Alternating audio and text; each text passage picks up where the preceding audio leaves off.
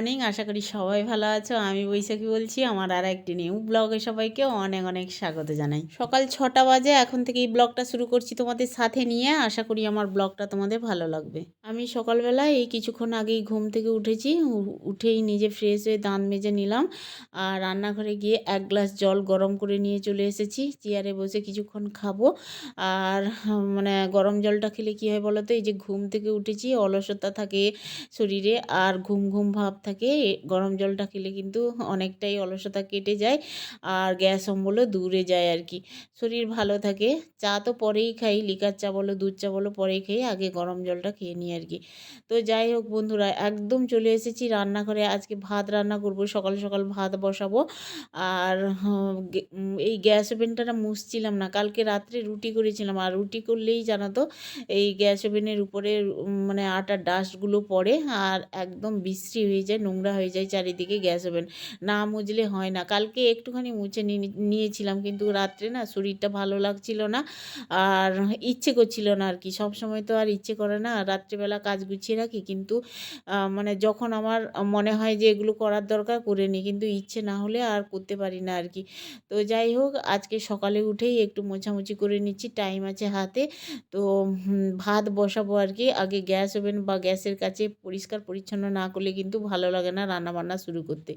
দেখো আমি গ্যাস জ্বালিয়ে নিয়েছি, আর চাল টাল ধুয়ে নিয়েছিলাম, একেবারে ভাত বসিয়ে দিচ্ছি, সকালের ভাত।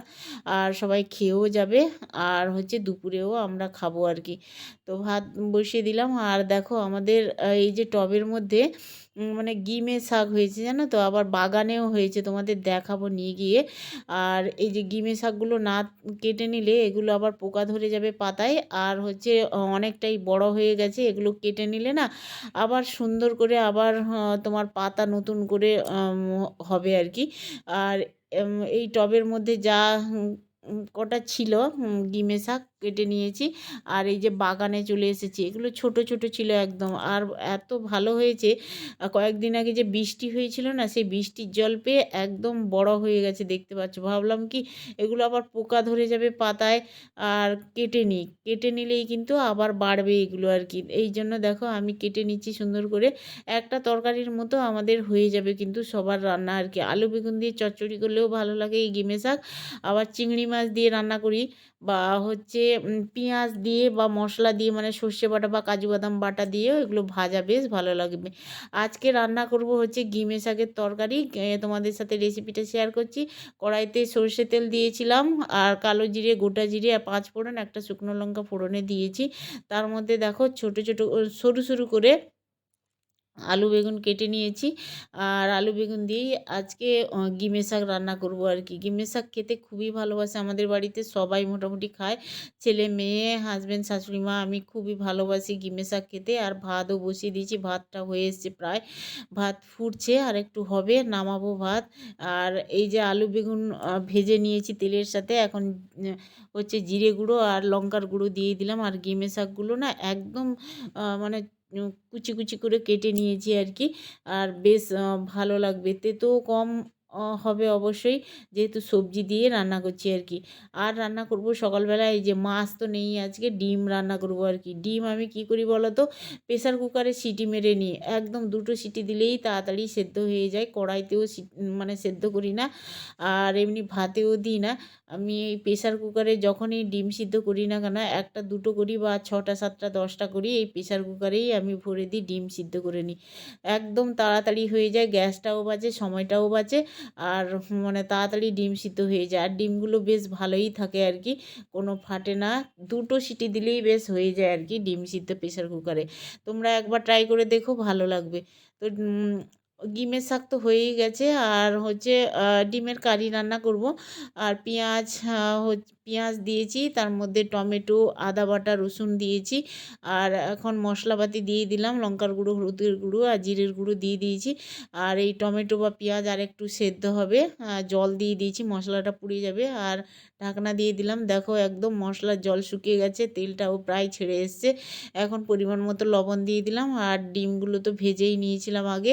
এবার কষিয়ে নেব একটু, দিয়ে পরিমাণ মতো জল দিয়ে দেবো। ব্যাস, আজকে দুপুরের বা সকালের রান্না এই হচ্ছে আমাদের আর মেনু আর কি, আজকার মেনু। তো আজকে সকাল সকাল একদম রান্নাবান্না কমপ্লিট করে নিয়েছি, আর ঘরের কাজকর্ম কিচ্ছু করছিলাম না। সকালে রান্নাঘরে ঢুকলেই তোমাদের বলেছিলাম আমি বাসি কাজকর্ম পরেই করি, রান্না শেষ করে অফিসে রান্না বলো টিফিন বলো এগুলো সমস্ত কিছু শেষ করে তারপরে ঘরের কাজ আস্তে ধীরে করি।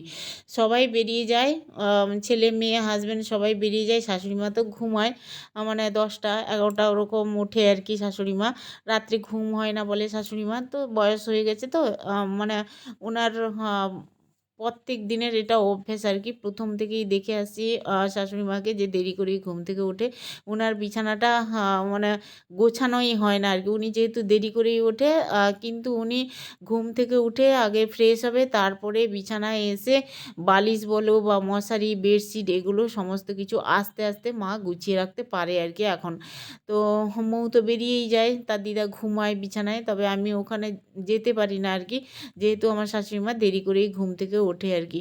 তো নিজে থেকেই এমনি আস্তে আস্তে করেই গুছিয়ে নেয়, মানে বিছানা গোছাতে হয় না আর কি, এটাই সুবিধা মার বিছানা। তো যাই হোক, আমার ছেলে তো সকালবেলা বেরিয়ে যায় কোচিংয়ে। আর এই দেখো বিছানাটা আমার ছেলের বিছানা, আগে আমাদের রুমটা গুছিয়ে নিয়ে চলে এসেছি। আর কি বলো তো, বিছানাপত্র যদি রুমের মধ্যে গোছানো থাকে রুমটাও দেখতে পরিষ্কার লাগে, আর বেশ ভালো লাগে আর কি। কেউ আসলে বাড়িতে বা কেউ হঠাৎ করে চলে আসলে মানে গোছানো থাকলেই বেশ ভালো লাগে আর কি। আর এলোমেলো থাকে না জিনিসপত্র।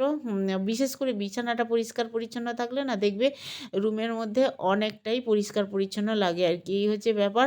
তো ঝাঁট দেবো, রুমটা আগে মানে বেডরুমটা পরিষ্কার না করে ঝাঁট দিলে আবার তো সেই ধুলো ময়লা পড়বে। আর ঝাঁট দিয়ে কমপ্লিট করে একদম চলে এসেছি। দেখো বন্ধুরা, বিছানায় বসি, এই যে বেডশিটটা না উম, বেশ কয়েকদিন হয়ে গেল, 1 মাস খানিক হয়ে গেল এটা সেলাই করব বলে আর সময় হয়ে ওঠেনি।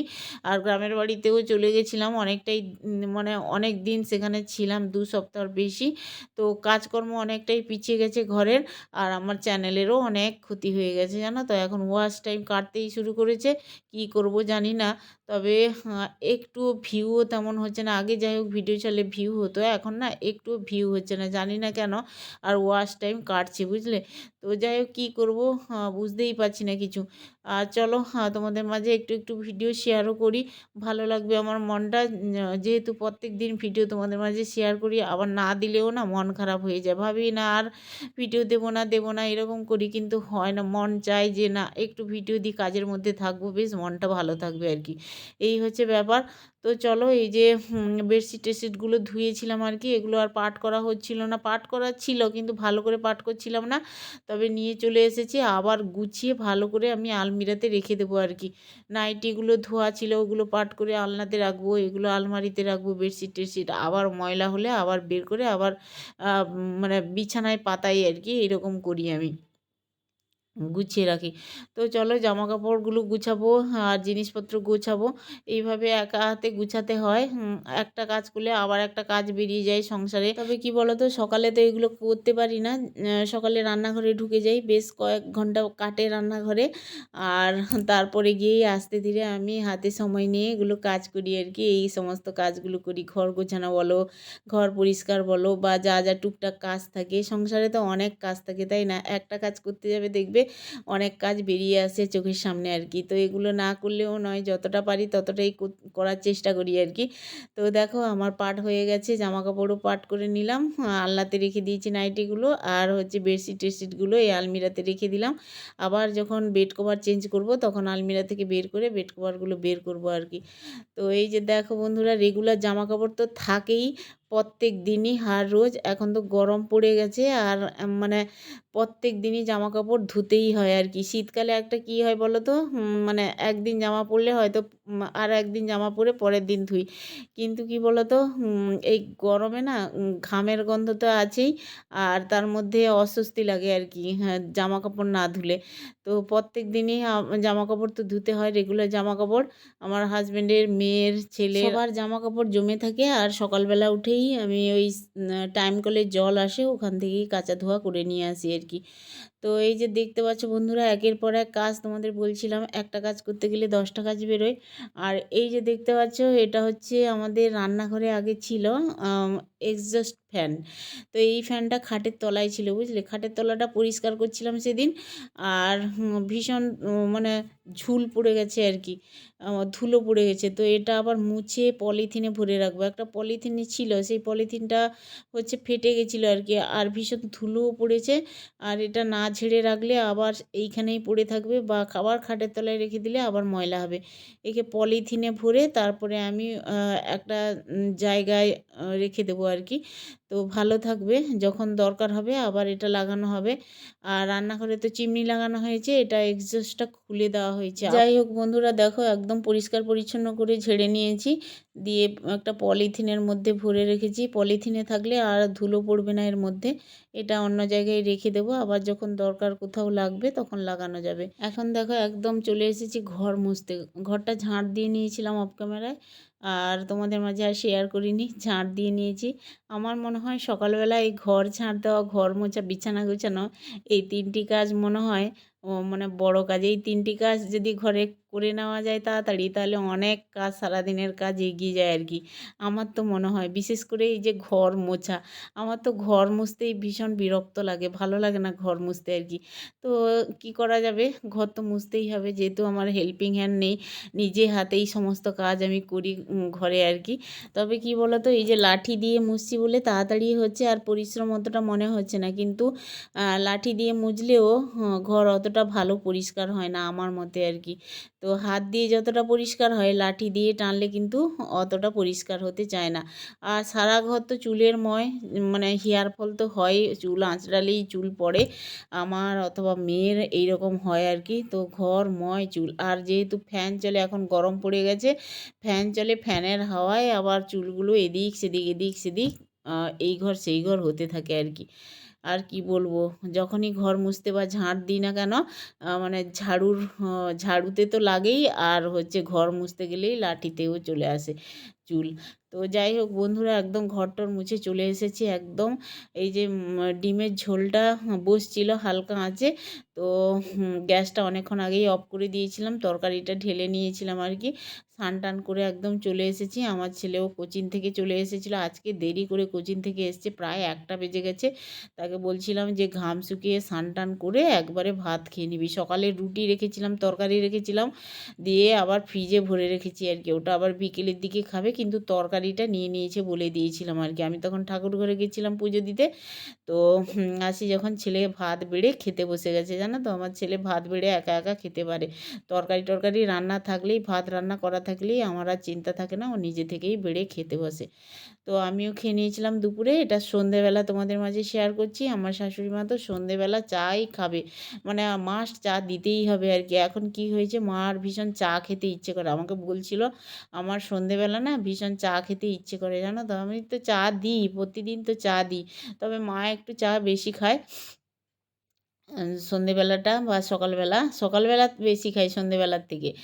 আর সন্ধেবেলা মাস্ট চা দিতে হবে, আর মা চা খাওয়া মানে আমাদেরও চা খাওয়া হয় আর কি।